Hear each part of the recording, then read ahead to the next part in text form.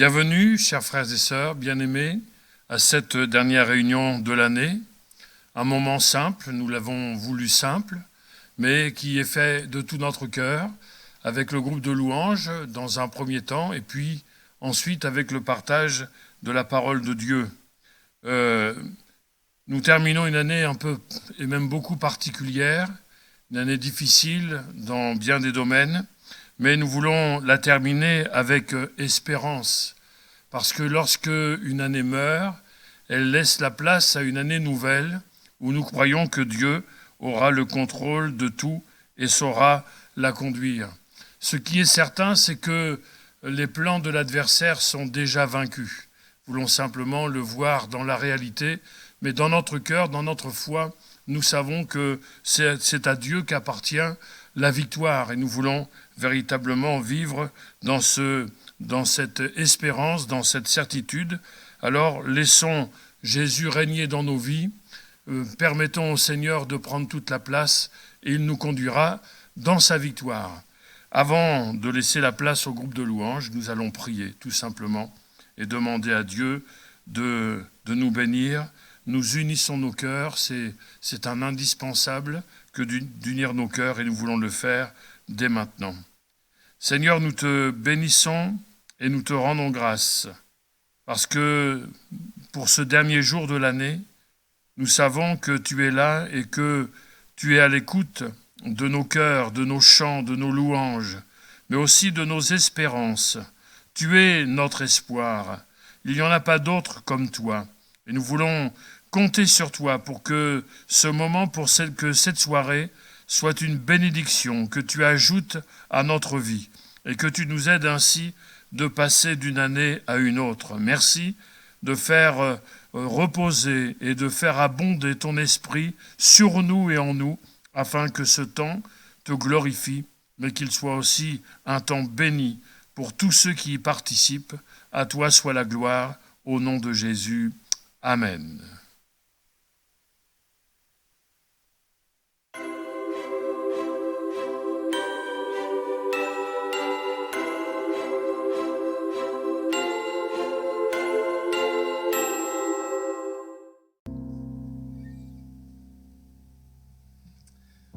Bonne année à toutes et à tous. Notre espoir est en Jésus encore. Je pourrai compter sur sa grâce, sur son amour, sur sa fidélité, sur sa faveur et sur son appui pendant toute l'année. Je veux tenir bon, car dans la tempête, lui, il demeure inébranlable. Je continuerai à chanter avec vous gloire à l'Éternel, même si je suis fragile, même si c'est difficile, car Jésus est mon essentiel. En 2021, mon désir est que nous chantions ensemble sa victoire, car rappelons-nous les uns aux autres que Jésus est plus que vainqueur. Amen. Chantons, il est notre espoir.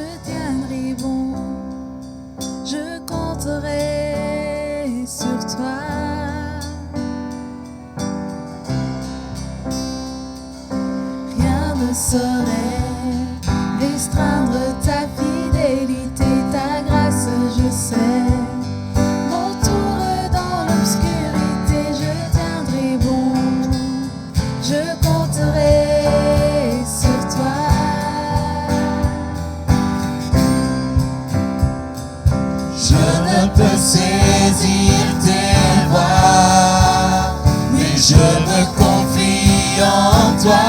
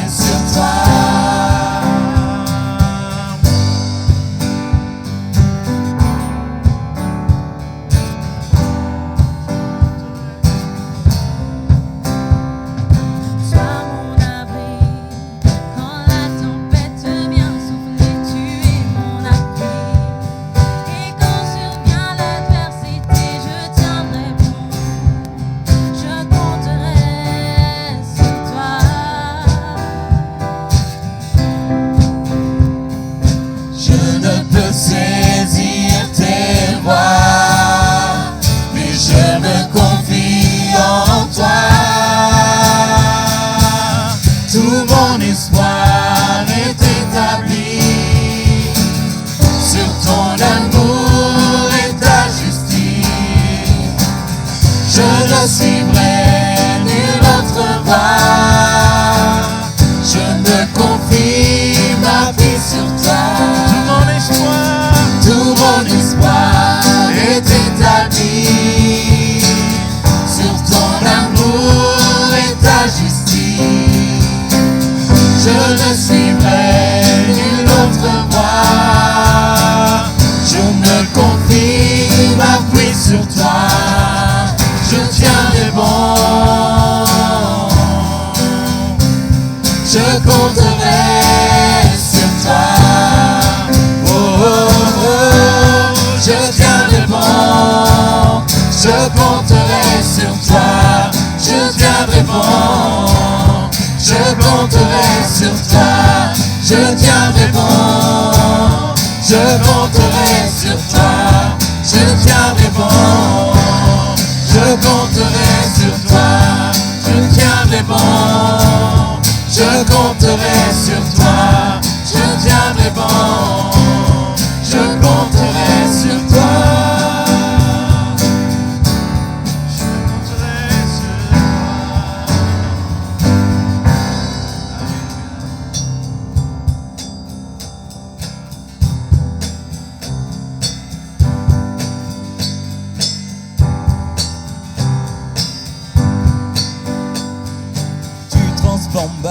L'eau en vin, touche à les yeux de ta main, nul n'est comme toi, comme toi. Dans nos ténèbres tu brilles, tu nous redonnes la vie, nul n'est comme toi.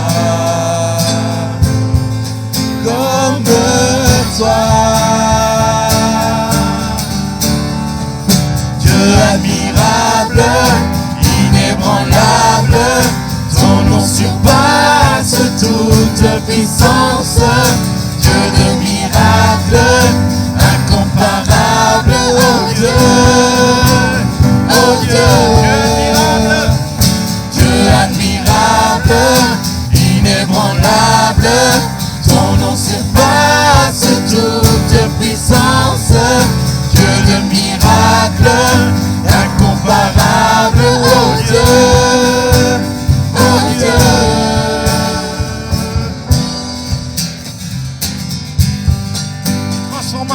Tu transformas l'eau en vin, touche à les yeux de ta main, nul n'est comme toi.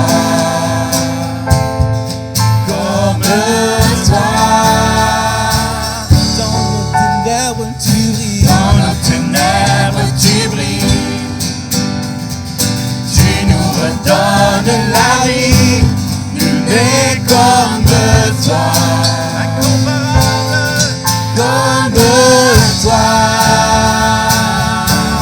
Dieu admirable, inébranlable, ton nom surpasse toute puissance.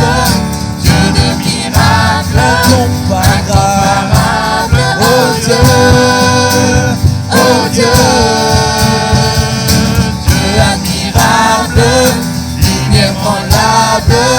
Ton nom surpasse toute puissance. Dieu de miracle, incomparable, oh Dieu, oh Dieu.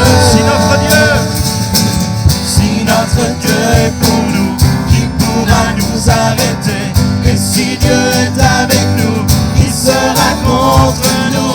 Si notre Dieu est pour nous, qui pourra nous arrêter? Et si Dieu est avec nous, qui sera contre nous?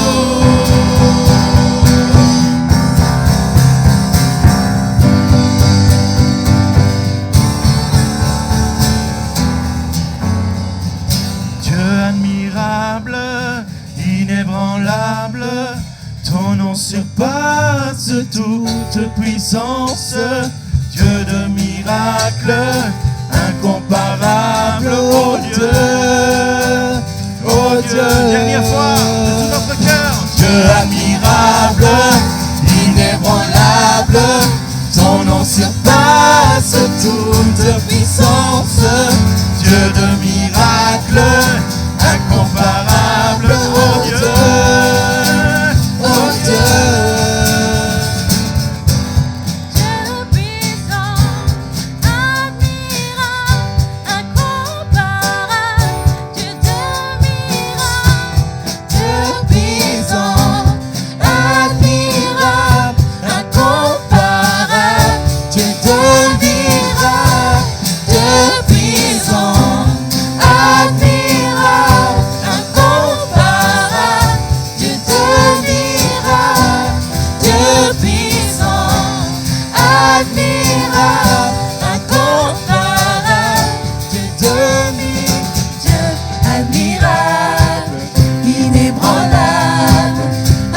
incomparable,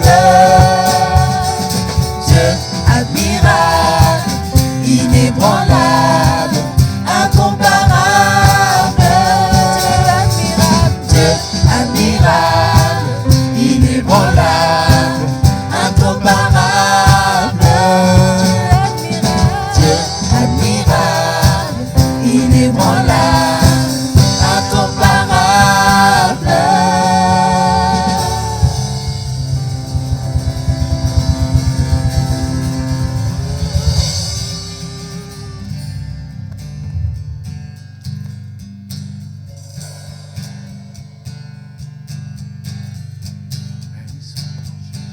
Béni soit ton nom dans les pâturages verdoyants où l'eau fraîche coule abondamment.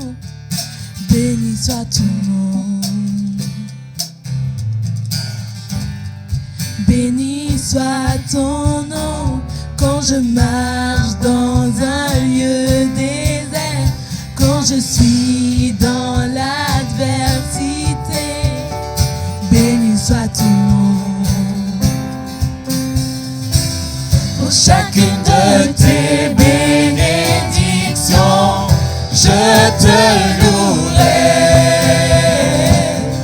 Et quand viendra l'obscurité, je redirai, béni soit le nom du Seigneur, béni soit ton nom. Béni soit le nom du Seigneur, béni soit ton glorieux nom. Béni soit ton nom quand le soleil sur ma face brille, quand tout va comme je le voudrais. Béni soit ton nom. Béni soit ton nom sur la route marquée de souffrance, quand je m'offre à toi dans les larmes. Béni soit ton nom. Chacune de tes bénédictions, je te louerai. Et quand viendra l'obscurité, je redirai, béni soit le nom du Seigneur, béni soit ton nom, béni soit le nom du Seigneur, béni soit ton glorieux nom, béni soit le nom du Seigneur, béni soit ton nom, béni soit le nom du Seigneur, béni soit ton glorieux nom.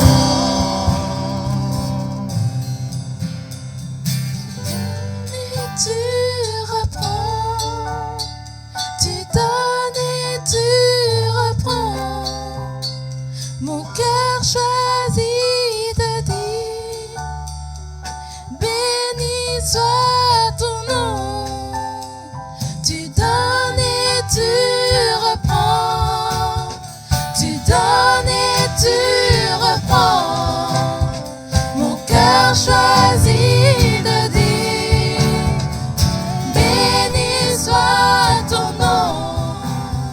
Tu donnes et tu reprends, tu donnes et tu reprends. Mon cœur choisit de dire, Béni soit ton nom, béni soit le nom du Seigneur, béni soit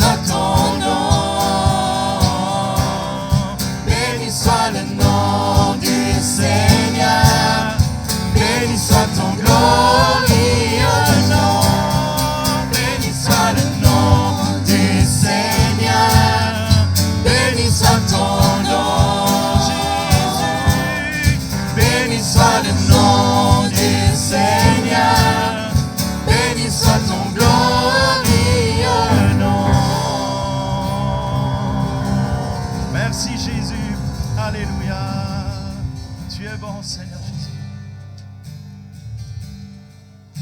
Je viens t'offrir, Seigneur, ce que j'ai de meilleur. Je viens t'offrir ma vie. Oui, à toi Jésus-Christ. Et même si je suis fragile, et même si c'est difficile, je chanterai gloire à l'Éternel. Je chanterai louange à son nom. Je chanterai Dieu, mon essentiel. Je chanterai en l'honneur de son nom. Je viens te dire, Seigneur, que tu es mon bonheur. Non, rien ne peut détruire notre bel avenir. Et même si je suis fragile, et même si c'est difficile, je chanterai gloire à l'Éternel. Je chanterai louange à son nom. Je chanterai Dieu, mon essentiel. Je chanterai dans l'honneur de son nom. Toute ma vie, je redirai que tu as donné ta vie. Toute ma vie, je redirai que tu as payé le prix. Toute ma vie, je redirai que je ne vis que pour lui. Je chanterai gloire à l'Éternel. Je chanterai louange à son nom. Je chanterai Dieu, mon essentiel. Je chanterai en l'honneur de son nom. Je chanterai gloire à l'Éternel. Je chanterai louange à son nom.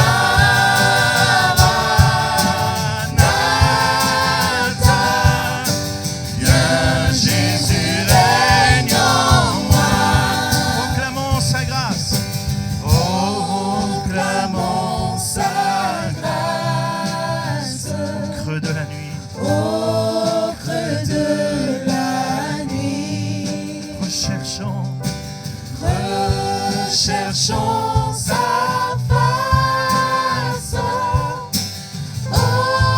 cœur de sa vie. Célébrons sa gloire, oui, bannissons la peur et chantons sa victoire. Jésus est vainqueur.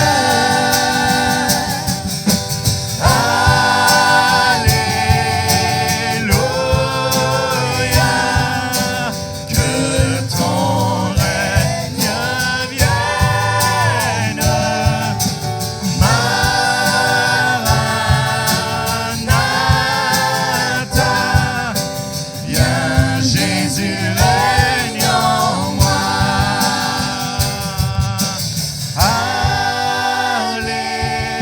Alléluia. Que ton règne vienne. Maranatha.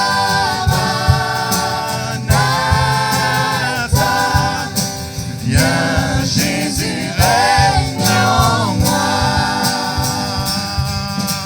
Viens Jésus, règne en moi. Amen. Bonne année.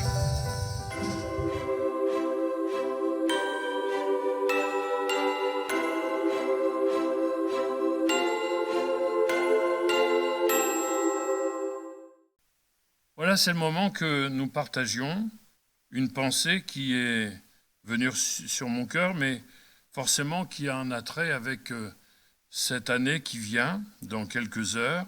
Elle sera là. Et quand on regarde la parole de Dieu qui a pensé à tout, il y a des récits qui nous amènent véritablement, qui nous préparent à vivre cette année nouvelle.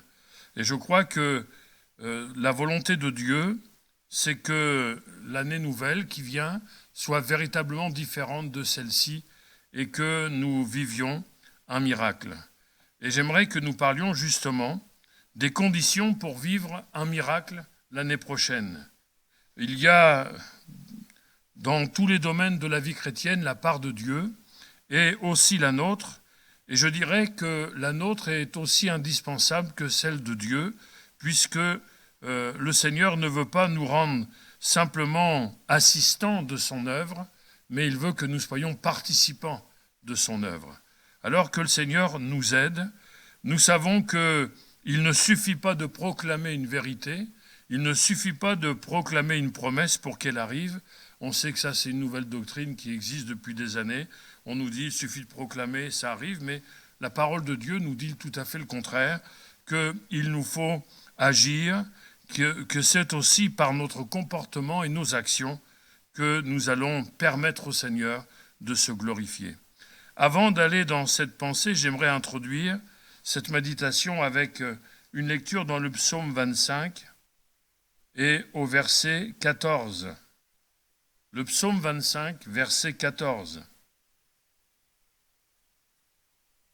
Il est dit ceci: « L'amitié de l'Éternel est pour ceux qui le craignent, et son alliance leur donne instruction. » L'amitié de l'Éternel est pour ceux qui le craignent. Quand je dis que Dieu veut nous rendre participants à son œuvre, ça veut dire qu'il veut aussi nous communiquer quelque chose, nous parler, nous introduire, nous faire de nous des ouvriers avec lui, comme l'a dit l'apôtre Paul. Et il y a différentes traductions de ce verset que nous venons de lire. L'amitié de l'Éternel est pour ceux qui le craignent. Quelqu'un a traduit ceci: l'intimité de Dieu est pour ceux qui le craignent. Ou encore, Dieu communique ses mystères à ses adorateurs. Donc, bien loin de l'idée que nous allons simplement assister, mais Dieu veut nous rendre participants et il fera toujours sa part et nous avons besoin de faire la nôtre. Et de plus, nous savons que Dieu va nous aider aussi à faire la nôtre. Le texte principal de la méditation, c'est celui-ci, qui se trouve dans le 2e livre des Rois, au chapitre 4 et au verset 8. 2 Rois, chapitre 4, verset 8. C'est le récit d'une femme à qui Dieu a promis un miracle pour l'année prochaine. Et il y a là donc des conditions, il y a là un chemin que le Seigneur nous trace pour que nous aussi, nous puissions vivre un miracle pour l'année prochaine. 2 Rois, chapitre 4, verset 8, donc une lecture un peu longue, mais indispensable pour bien comprendre ce qui s'est passé. Un jour, Élisée passait par Sunem, il y avait là une femme de distinction, qui le pressa d'accepter à manger, et toutes les fois qu'il passait, il se rendait chez elle pour manger. Elle dit à son mari, « Voici, je sais que cet homme qui passe toujours chez nous est un saint homme de Dieu.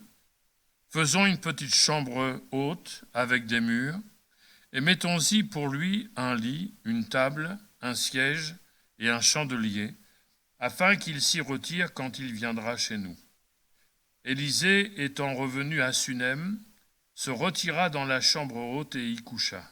Il dit à Géasi, son serviteur, « Appelle cette Sunamite. » Géasi l'appela, et elle se présenta devant lui.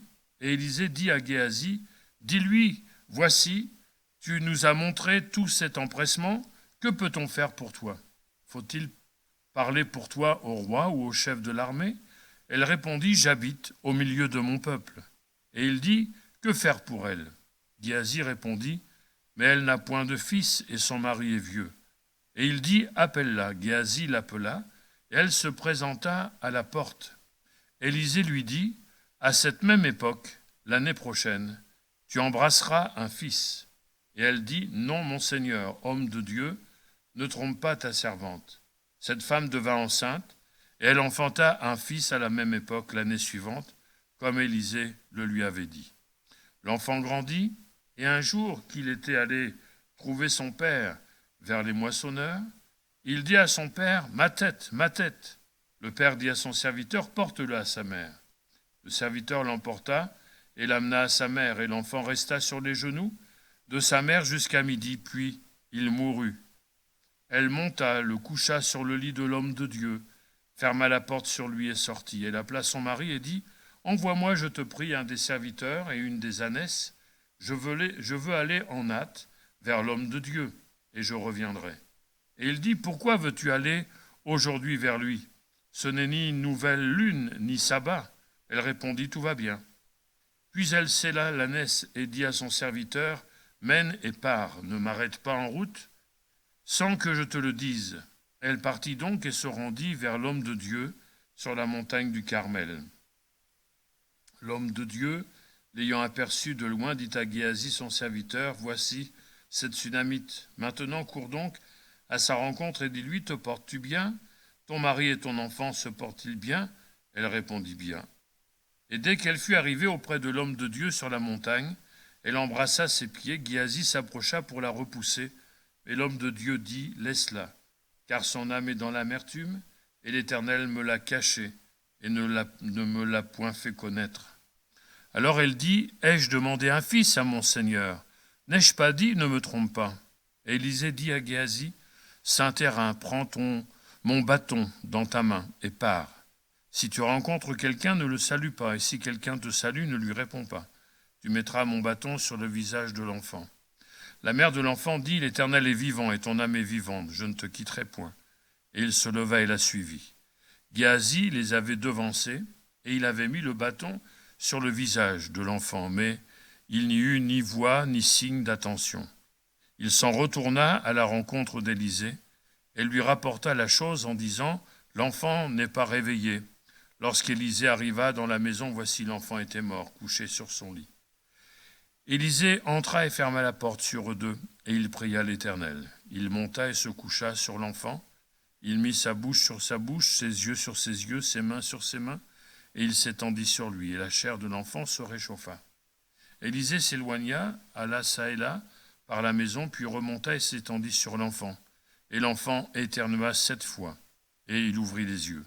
Élisée appela Géasi et dit « Appelle cette Sunamite. » Géasi l'appela, et elle vint vers Élisée, qui dit « Prends ton fils. » Elle alla se jeter à ses pieds et se prosterna contre terre, et elle prit son fils et sortit.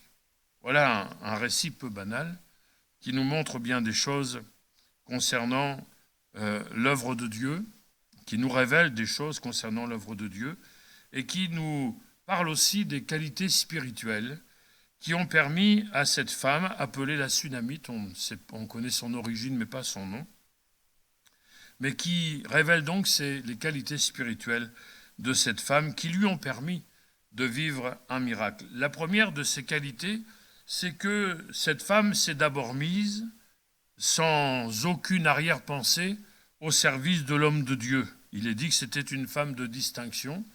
Ça veut dire au moins deux choses.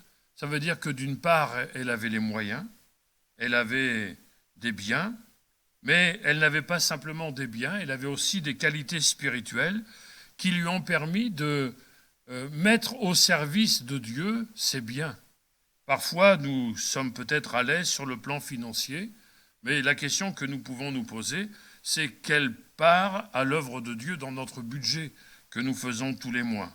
Eh bien, pour elle, et tout par-delà finalement, c'est parce qu'elle a eu à cœur de mettre une chambre haute à disposition de l'homme de Dieu et de mettre tout ce qu'il faut et de le servir, qui va lui permettre d'entrer en contact avec lui. Et donc, une femme qui se met au service de Dieu, qui va lui permettre de laisser Dieu agir dans sa vie par ce moyen. Donc c'est la première chose que j'aimerais relever. Elle s'est d'abord mise au service de Dieu.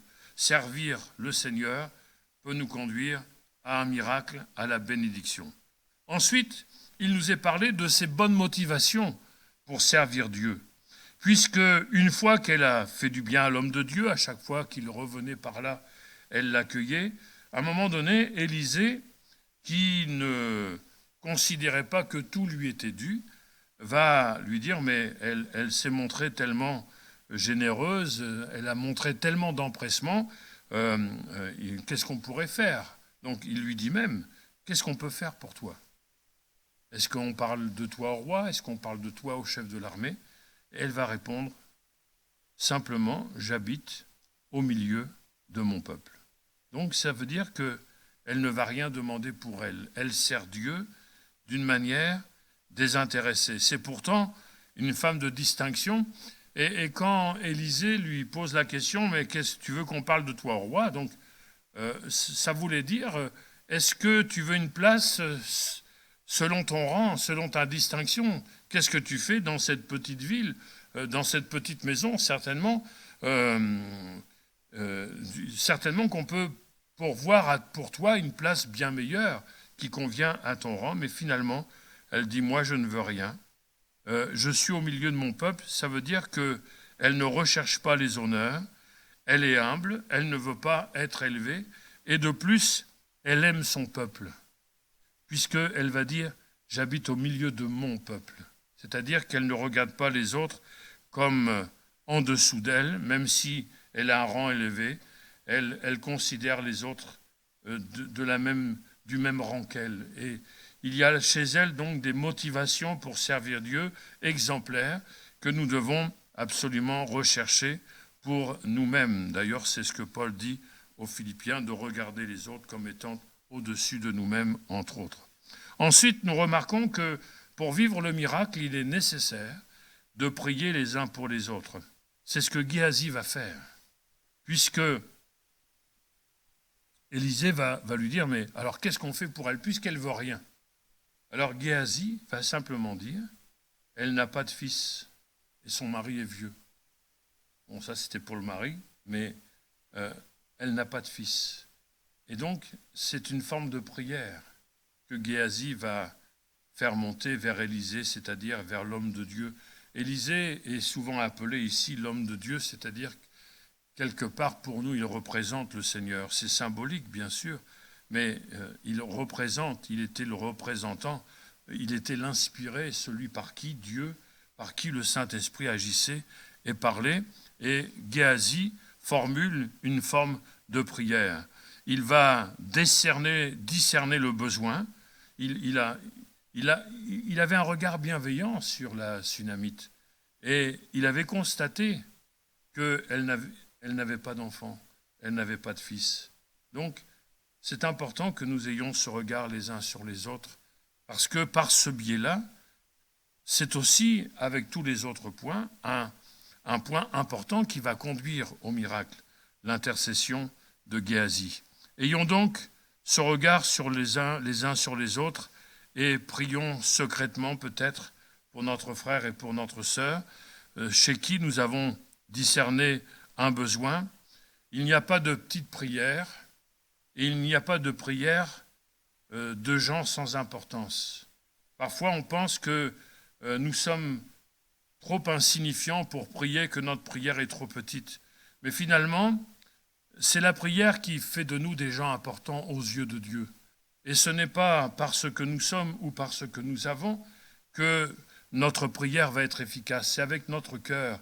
Et Géasi, même si on pouvait parler de Géasi qui avait quand même quelques défauts décrits dans la parole de Dieu, bien la prière de Géasi va permettre au Seigneur, puisque Élisée, quand il va parler de cette même époque, l'année prochaine tu vas embrasser un fils, il parlait de la part de Dieu, c'est pas Élisée qui a décidé du miracle. Lui ne fait que répéter ce que Dieu lui dit. Il est le prophète de la part du Seigneur et il va parler de cette manière-là. Et tout ça, c'est parti, entre autres, de la prière de Géasi. Alors prions simplement, mais de tout notre cœur, les uns pour les autres, que le Saint-Esprit nous aide, nous inspire dans nos prières. Et nous savons que lorsque le Saint-Esprit nous amène à prier, nous savons que Dieu va nous exaucer. Ce qui est important aussi dans ce récit, c'est la place que la parole de Dieu donne aux dons spirituels. Et cette place est tellement importante que le manque de dons spirituels se fait sentir de plus en plus. Nous n'avons pas besoin de prophètes qui s'autoproclament et que l'on consulte à la façon de l'Ancien Testament. Dieu a voulu équiper l'Église de dons spirituels au travers desquels il veut parler. Et Élisée prophétise lorsqu'il dit « À cette même époque, l'année prochaine, tu embrasseras un fils ». Donc il y a là une part importante de la prophétie. Et la première réaction de la Sunamite, c'est d'être sceptique. Parce que, voilà, certainement que ça fait longtemps qu'elle attend, et peut-être même qu'elle n'attend plus. Et elle dit, non, mon Seigneur, homme de Dieu, ne trompe pas ta servante. Je crois, frères et sœurs, qu'il est important pour nous de rechercher les dons spirituels et au travers desquels l'Église va être édifiée, au travers desquels l'Église va être conduite, dirigée par Dieu lui-même, non pas par un homme, une femme ici ou là, mais Dieu veut diriger son Église au travers de son Église qui exerce les dons spirituels. Et ici, nous notons simplement l'importance non seulement des dons spirituels, mais l'importance aussi de la prédication. Parce que on doit mesurer la responsabilité que nous avons, nous qui prêchons, lorsque nous prêchons la parole de Dieu, nous devons prêcher des choses solides, des choses vraies, non pas des choses qui nous intéressent ou qui, nous savons, vont être efficaces pour faire adhérer les gens. On ne manipule pas les gens, on ne manipule pas les personnes. Et quand on parle de la part de Dieu, on est responsable. Et il faut véritablement s'assurer que c'est la parole de Dieu. Et c'est la même chose quand quelqu'un dit, eh bien, le Seigneur m'a dit. C'est tellement devenu banal, le Seigneur m'a dit. Mais cette femme est d'abord sceptique. Non, mon Seigneur, homme de Dieu, ne trompe pas ta servante. C'est-à-dire qu'elle a vraiment besoin d'avoir confiance. Elle a dit qu'elle croyait que c'était l'homme de Dieu, mais maintenant qu'il y a une parole personnelle, elle a besoin d'être certaine de son sérieux. Et cette parole était sérieuse puisque cette parole va s'accomplir, comme Élisée le lui avait dit. Nous voyons ensuite que pour vivre le miracle, il ne faut pas être étonné que sur le chemin du miracle, que ce soit avant le miracle, que ce soit pendant le miracle ou après le miracle, il y ait quelques difficultés. La joie va être de courte durée et elle va faire place à des pleurs, puisque l'enfant, donc qui n'était pas tout petit, le récit est raccourci ici, mais il est dit quand même l'enfant grandit, et il a été capable d'aller trouver son père et de parler à son père. Donc il a déjà quelques années, on ne sait pas, mais il était capable de marcher, même marcher longtemps et de trouver un endroit et de parler, de se plaindre et de dire qu'il avait un problème à sa tête. Ma tête, ma tête. Et donc, le père va le renvoyer chez sa mère. Elle va veiller, elle va prier, mais hélas, l'enfant va mourir. C'est une dimension qu'il nous faut accepter,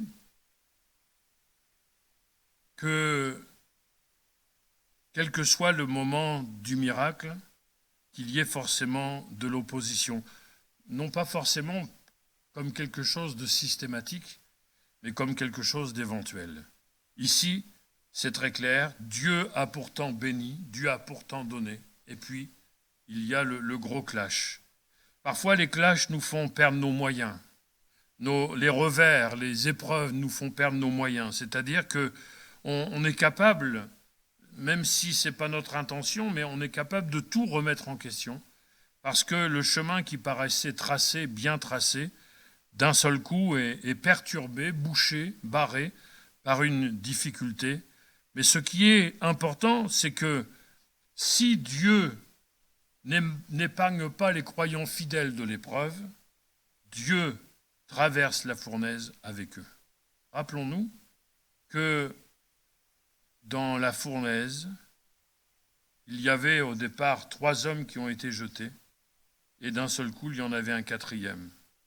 Il était là avec eux dans la fournaise. Non seulement pour les délivrer, mais être présent. Parce qu'avant de les délivrer, il a été présent. Et n'oublions pas, mes bien-aimés, qu'avant de nous délivrer de l'épreuve, le Seigneur est présent dans notre épreuve, dans notre fournaise. Et c'est donc une autre nécessité qui nous est indispensable. Et cette nécessité, c'est de rester dans la foi, même quand tout va mal. Le récit n'entre pas dans les détails, mais quand l'enfant va mourir, on imagine quelque peu ce qu'elle a pu ressentir de cet enfant, qu'elle n'espérait peut-être plus, qu'elle a d'une manière miraculeuse, et puis cet enfant, il part, il s'en va. Mais elle va le poser sur le lit de l'homme de Dieu. Ce n'est pas quelque chose de superstitieux qu'elle va faire, mais elle est dans le domaine, elle est dans la foi. Et c'est ce qu'elle va faire, elle va poser l'enfant sur le lit de l'homme de Dieu et elle va fermer la porte et elle s'en va. Elle s'en va chercher l'homme de Dieu. C'est-à-dire que elle n'appelle pas, bon, il n'y en avait peut-être pas à l'époque, elle n'appelle pas les pompes funèbres en disant, bon, c'est terminé, c'est fini. Elle ne l'embaume pas, elle ne fait rien de tout ça. Elle est dans la foi.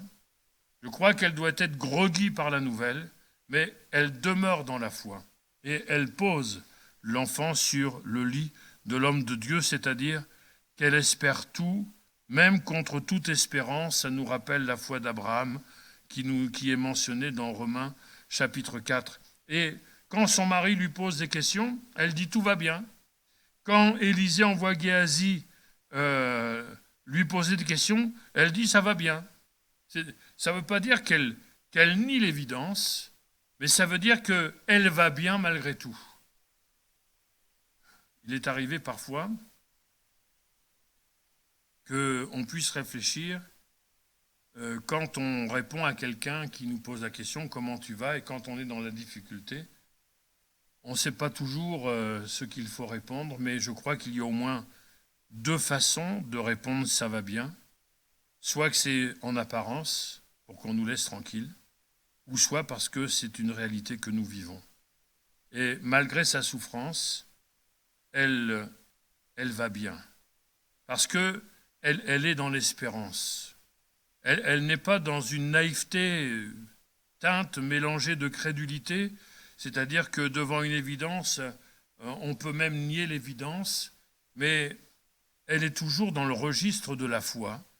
Elle a mis l'enfant sur le lit de celui qu'elle a authentifié comme étant l'homme de Dieu qui parle de la part du Seigneur. Et donc, c'est ainsi qu'elle va partir. Et une des premières réactions que Élisée va avoir, c'est finalement de dire que Dieu ne lui a rien dit. Et j'étais interpellé par cela, parce que j'ai eu l'occasion, dans ces événements douloureux qui sont arrivés récemment, de dire que c'est vrai que parfois Dieu ne nous dit pas tout. Il ne nous révèle pas tout. Élisée dit, parce que lui, Géasi, n'a pas compris ce qui se passait dans le cœur de cette femme, mais Élisée dit, « Laisse-la, car son âme est dans l'amertume, et l'Éternel me l'a cachée et ne me l'a pas fait connaître. » Il y a des choses que Dieu ne nous révèle pas. Il y a des choses que Dieu n'est pas obligé de nous dire, parce que c'est lui qui est Dieu.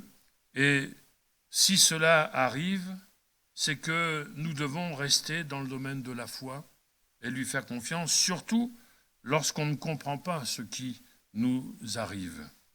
Donc, après cet événement, ce que l'on voit, c'est qu'il va y avoir la nécessité pour cette femme d'être vraie et d'ouvrir son cœur, alors que les choses ne vont pas. Elle va dire ce qui se passe dans son cœur. Elle dit à Élisée, « Ai-je demandé un fils à mon Seigneur? N'ai-je pas dit, ne me trompe pas ?» Donc, on peut être surpris de cette attitude. Mais finalement, elle prouve son authenticité. Elle prouve qu'elle ne cache pas ce qu'elle pense, ni ce qu'elle ressent. Elle a fait appeler l'homme de Dieu, elle est allée vers l'homme de Dieu, et maintenant, elle va simplement dire que, mais finalement, elle n'avait rien demandé. Et si elle a reçu la bénédiction, c'était une pure grâce de Dieu. Ça ne veut pas dire qu'elle boude la bénédiction, mais ça veut dire que, finalement, un fils lui avait été promis, maintenant il lui est retiré. Ça augmente sa souffrance, puisque la joie a été remplacée par les pleurs. Ce qu'il faut dire au travers de ce passage, c'est que finalement, par ses réactions, elle rappelle la promesse de Dieu, puisqu'elle dit « Ai-je demandé un fils ?» Non, elle n'a pas demandé, c'est Dieu qui le lui a promis.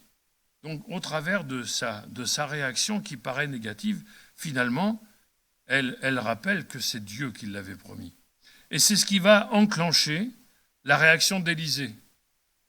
Élisée, lui, est dans la foi, il est conduit par Dieu, mais en voyant la réaction de cette femme qui rappelle la promesse de Dieu, il va envoyer son serviteur vers l'enfant avec son bâton. Ça veut dire que le plan de Dieu continue, même quand il nous paraît avoir des réactions négatives, mais si on réfléchit bien, cette réaction est plutôt positive, même très positive et même très spirituelle.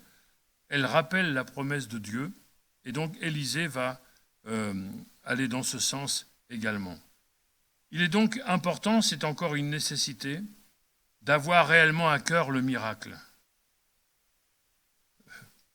On a à cœur un miracle quand on est au fond du gouffre, c'est-à-dire, parfois Dieu permet aussi des situations où il veut savoir où nous en sommes. Nous sommes, quand je dis nous, c'est-à-dire avec la Sunamite, nous sommes dans la lignée, dans la suite d'une promesse, alors que maintenant le Fils est mort, mais est-ce qu'elle y croit encore? Est-ce que nous nous rappelons ce que Jésus a dit à Jairus, qui venait de perdre sa fille?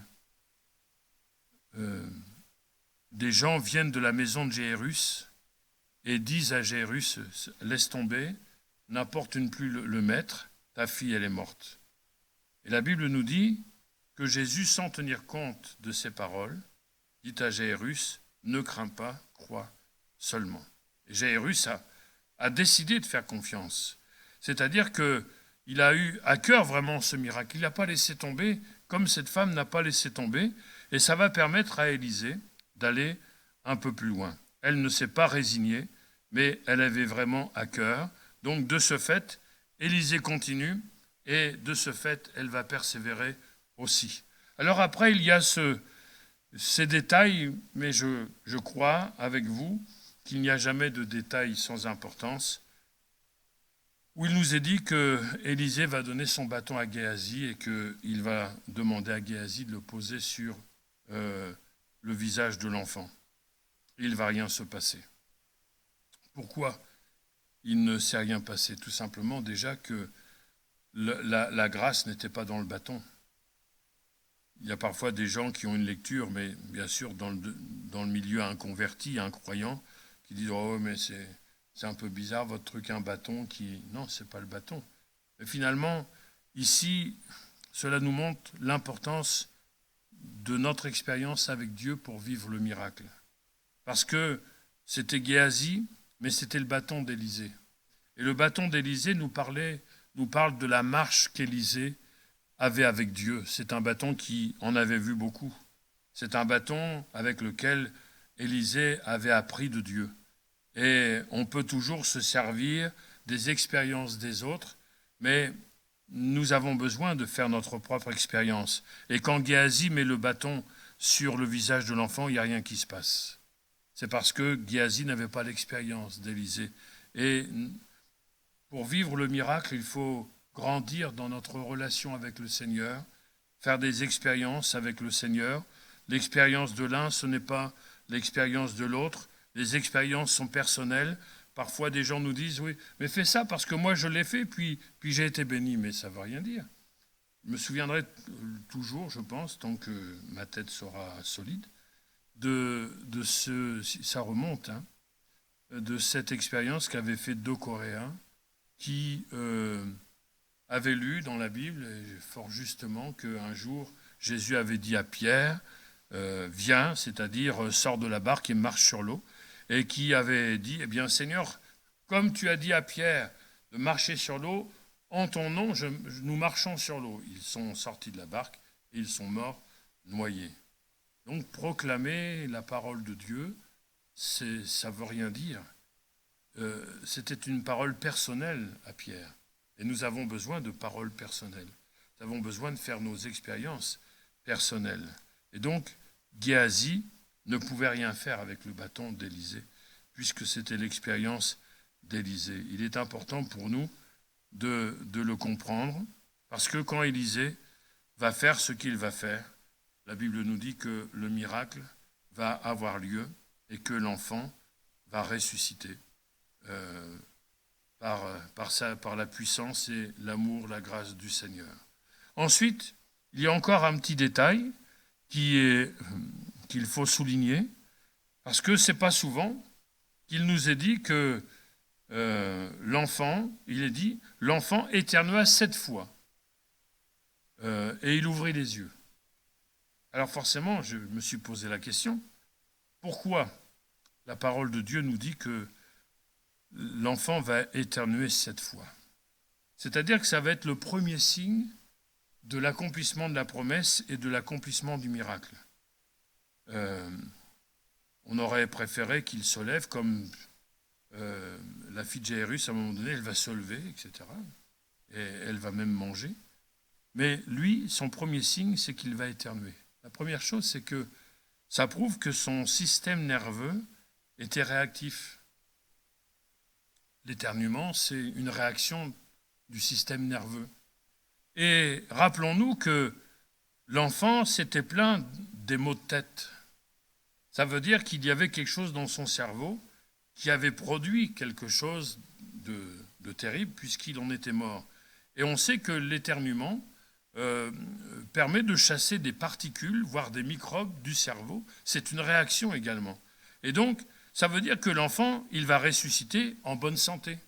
et qu'il va évacuer tout ce que certainement l'avait amené à la mort. Et donc, c'est quelque chose d'important de relever ceci, parce que quand Dieu fait quelque chose, il le fait bien. Et quand Dieu permet l'épreuve, même après avoir béni, il permet d'en sortir. C'est-à-dire qu'à la fin, il y a une conclusion très heureuse et qui paraît véritablement définitive, puisque Élisée dit à la maman, « Prends ton fils ». Je pense bien qu'elle l'a pris. Mais c'est une parole de Dieu. Et certainement qu'elle l'aurait pris. Mais voilà, c'est comme si que le Seigneur, par ce moyen-là, attestait que c'était vraiment son fils et qu'elle le garderait. Qu'elle le garderait comme preuve de la bénédiction du Seigneur. Il nous est dit ensuite qu'elle va se prosterner devant Élisée, c'est-à-dire qu'elle va montrer sa reconnaissance au Seigneur au travers de l'homme de Dieu.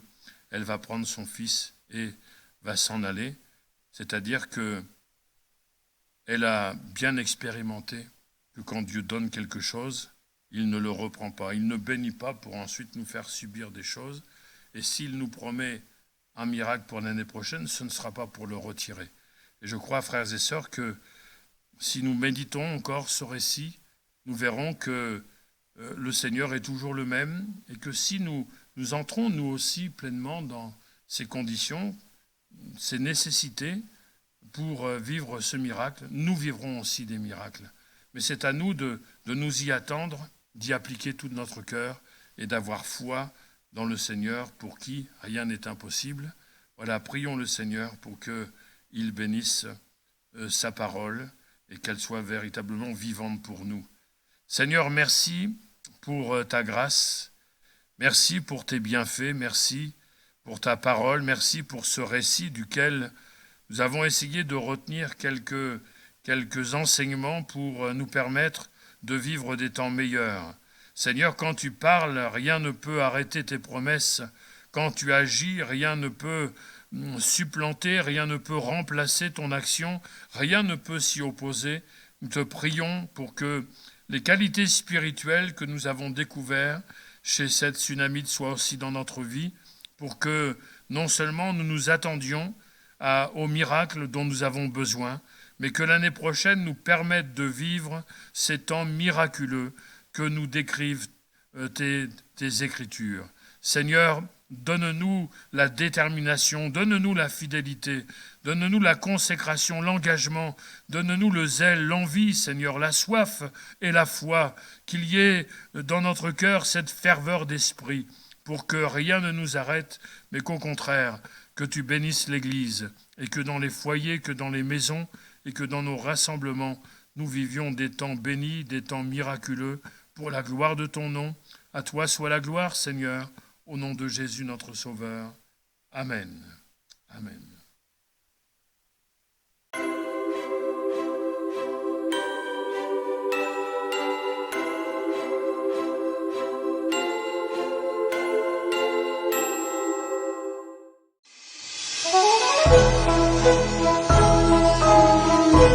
Thank you.